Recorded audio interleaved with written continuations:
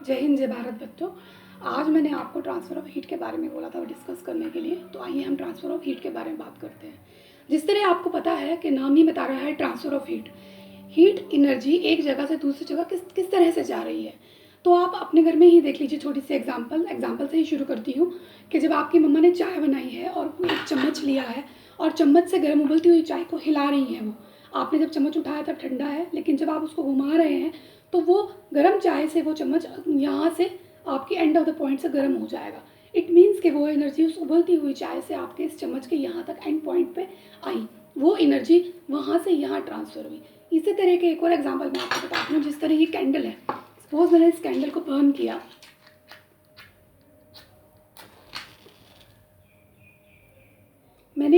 Burn किया, और burn करके आपने देखिए लगाया, जलाया है और यहाँ पर हाथ रखा है। अब कहाँ पर गर्मी, कहाँ पर है, फ्लेम कहाँ पर है, यहाँ पर है, लेकिन जब मैंने अपने हाथ को इसके ऊपर रखा तो वो गर्मी मुझे यहाँ महसूस हुई। तो ये एनर्जी जो हमारी है, हीट एनर्जी है, वो यहाँ से मेरे हाथ के तक पहुँची। That is transfer of heat energy. Transfer of heat energy.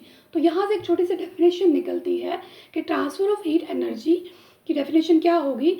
The transfer of heat energy from one system to another system by virtue of temperature difference.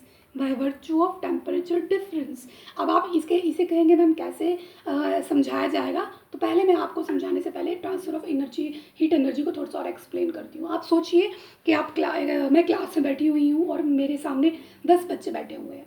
अब मैंने एक कॉपी है, एक सपोज ये बुक है और मैंने बच्चों को बुक्स देनी है क्लास में। तो मैं क्या करती हूँ, मेरी क्लास में अगर 15-20 स्टूडेंट्स हैं तो मैं किसी को भी अपने पास नहीं बुलाती हूँ और ये बुक एक बच्चे को पकड़ाती हूँ और कहती हूँ तुम आगे पास करो, तुम आगे पास करो। इस तरह एक लाइन बना के लास्ट वाले बच्चे तक ये बुक पहुँचा दो। इस तरह सेकेंड बुक देती हूँ, वो सेकेंड लास्ट बच्चे को, फिर थर्ड बुक, फिर फोर्थ बुक, इस तरह पीछे से लेके यहाँ तक सारे बच्चों को बुक पास हो जाती है और एंड में फर्स्ट बच्चे को भी बुक मिल जाती है। तो क्या वो बच्चे अपनी जगह से हिले? नहीं। क्या वो बच्चे मेरे पास आए? नहीं। इसमें सिर्फ क्या हुआ कि मैंने बुक दी एक बच्चे को और उसने पीछे पीछे करते हुए सभी बच्चों को बुक्स डिस्ट्रीब्यूट हो गई। सेकंड केस में देखते हैं, मैं यहीं बैठी हुई हूँ और मैंने बच्चों को बोला कि एक एक करके बच्चा मेरे पास आएगा, मेरे से बुक लेगा और वापस अपनी जगह जाके बैठ जाएगा।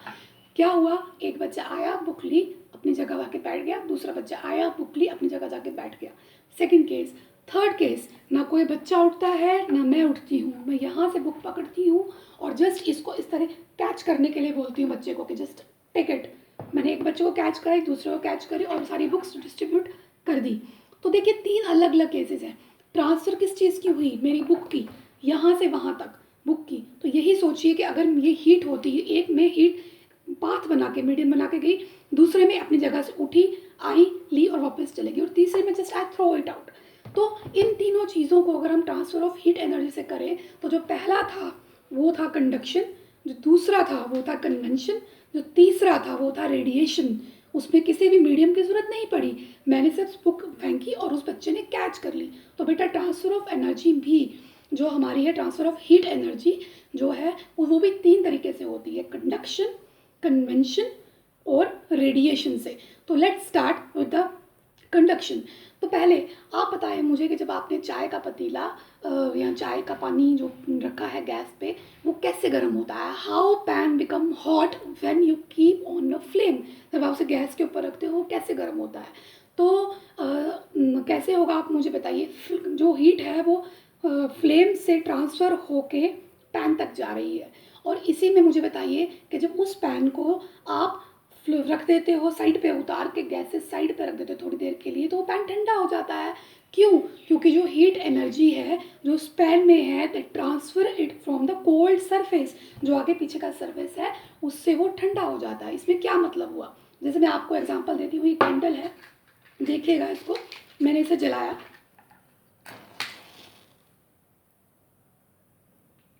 इसको टाइम लगता है, मैं आपको सिर्फ समझाने के लिए कर रही हूँ, आप किसी बड़े के साथ करके देखेगा। इस कैंडल में मैंने ये स्पून रखा और यहाँ पर इसे ऐसे रखा, ठीक है।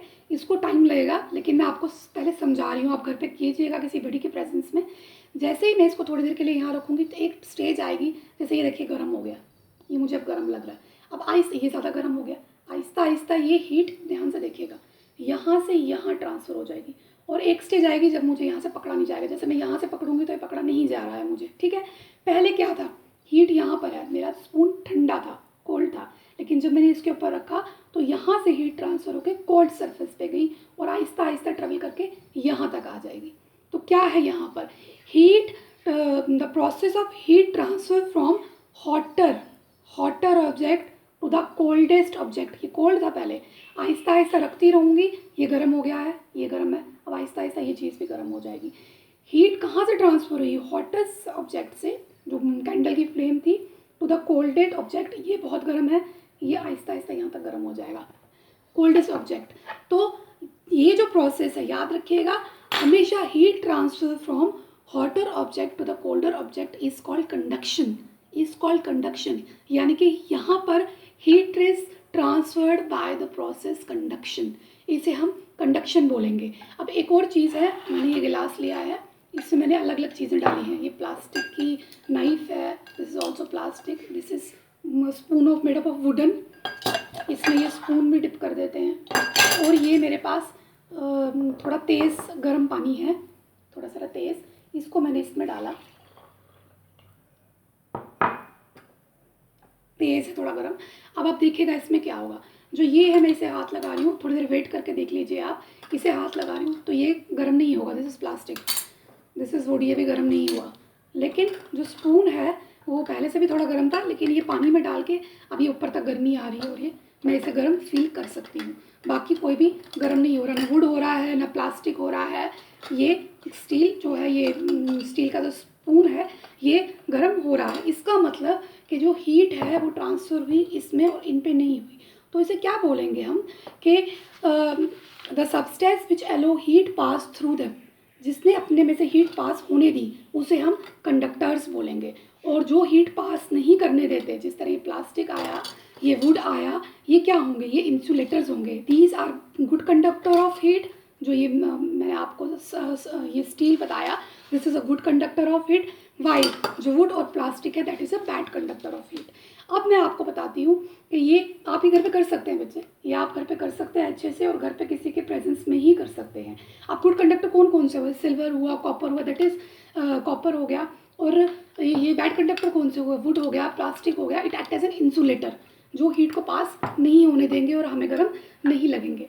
ये आपका मैंने कंडक्शन समझाया। अब इसी के साथ हमारा नेक्स्ट है कन्वेक्शन, जो मैंने आपको बताया था। लेकिन कंडक्शन की मैं आपको एक एग्जांपल बता देती हूँ। ये देखिए, ये जो भी हमने किया, ये कैंडल ली और ऊपर से स्पून रखा और मैंने पकड़ा और गर्म लगा। ये चाय का पानी है रखा हुआ और चम्मच रखा और चम्मच भी गर्म हो जाएगा। ये कॉफ़ी है, कॉफ़ी के अंदर मैंने स्पून रखा और ये भी गर्म हो जाएगा। अब मुझे बताइए, दीज आर ऑल कंडक्शन, ये हमने कंडक्शन किया। अब टर्न आ गई हमारी कन्वेक्शन की। तो जो कंडक्शन है वो ज़्यादातर सॉलिड्स में होती है। तो what about liquid and gases, उसमें भी तो ट्रांसफ़र ऑफ हीट होती होगी, वो कैसे होती है? तो most of the liquid and gases are bad conductor of heat, so they can not be heated by conduction process. So how are they heated, वो कैसे गर्म होंगे? तो उसके लिए एक अलग प्रोसेस है जिसका नाम है कंडक्शन। अब कंडक्शन क्या है मैं आपको बताती हूँ। अब मैं आपको पहले एक पिक्चर दिखाती हूँ, उसे ध्यान से देखिएगा। I think this is the picture, this is the picture. देखिए, मैंने फ्लेम के ऊपर एक पानी रखा है, ठंडा पानी था, मैंने नीचे इसको फ्लेम दी है और ये गर्म हो रहा है। अब क्या होता है कंडक्शन में, जो नीचे का गर्म पानी होता है ठंडा, पहले वो गर्म होता है, जैसे ही वो गर्म होगा वो लाइट हो जाता है और वो ऊपर चला जाता है।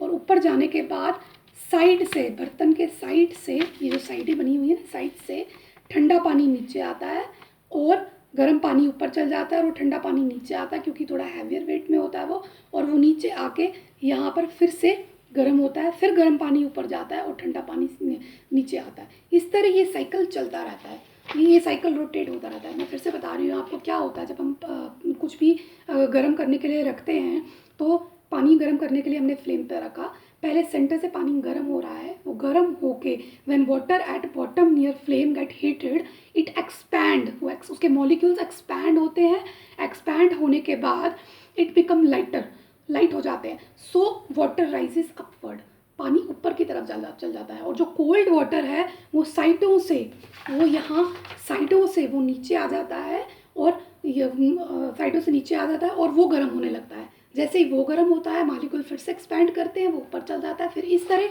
ये साइकिल रोटेट होता है और अपने आप ही पानी सारा गर्म हो जाता है। दिस इज कॉल्ड एज ये कन्वेक्शन, इसे हम कन्वेक्शन बोलते हैं। तो बेटा इसकी क्या हुआ, the process of transfer of heat in liquids and gas by actual movement of particles is called convection होता है ये। अब एक और चीज़ मैं आपको बताती हूँ, थर्ड प्रोसेस हमने रेडिएशन बोला। अब आपको पता है जो सूरज है वो हमें रोशनी देता है और उसकी हमें तरंगे आती हैं और बहुत हीट एनर्जी होती है उसमें। अब वो कैसे आती हैं, हमें कहाँ से आती है, सूरज कितनी दूर है हमसे, कैसे पहुँचती है हमारे तक, वो आप जो उसकी किरणें आ रही हैं उसमें कोई मीडियम नहीं है बीच में, वो डायरेक्ट हमें आ रही है। That is called radiations. ये सब कुछ आपकी अपनी टेक्स्ट बुक में एक्सप्लेन किया गया है। लेकिन ये तीनों चीज़ें जो मैंने आपको बताई, कंडक्शन, कन्वेक्शन और रेडिएशन, मैं आपको सिर्फ एक डायग्राम से एक्सप्लेन करना चाहूँगी। ये देखिए, इसमें क्या है, एक पानी का जो पैन है वो फ्लेम के ऊपर रखा है। ये डायग्राम मैंने बनाई है, ध्यान से देखिए इसे। ये इसका हैंडल है स्टील का।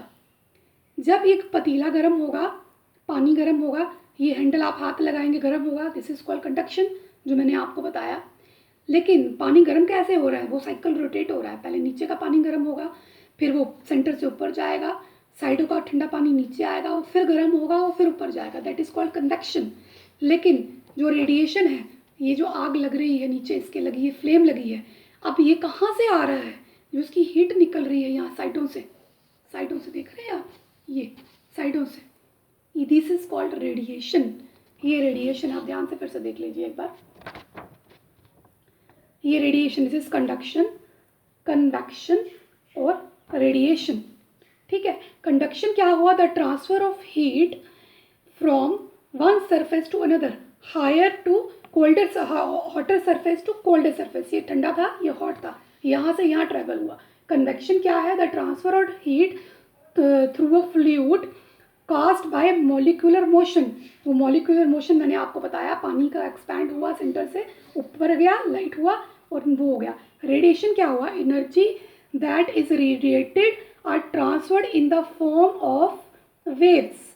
ये फॉर्म ऑफ रेज या वेव्स, ये रेस निकल रही है इसकी।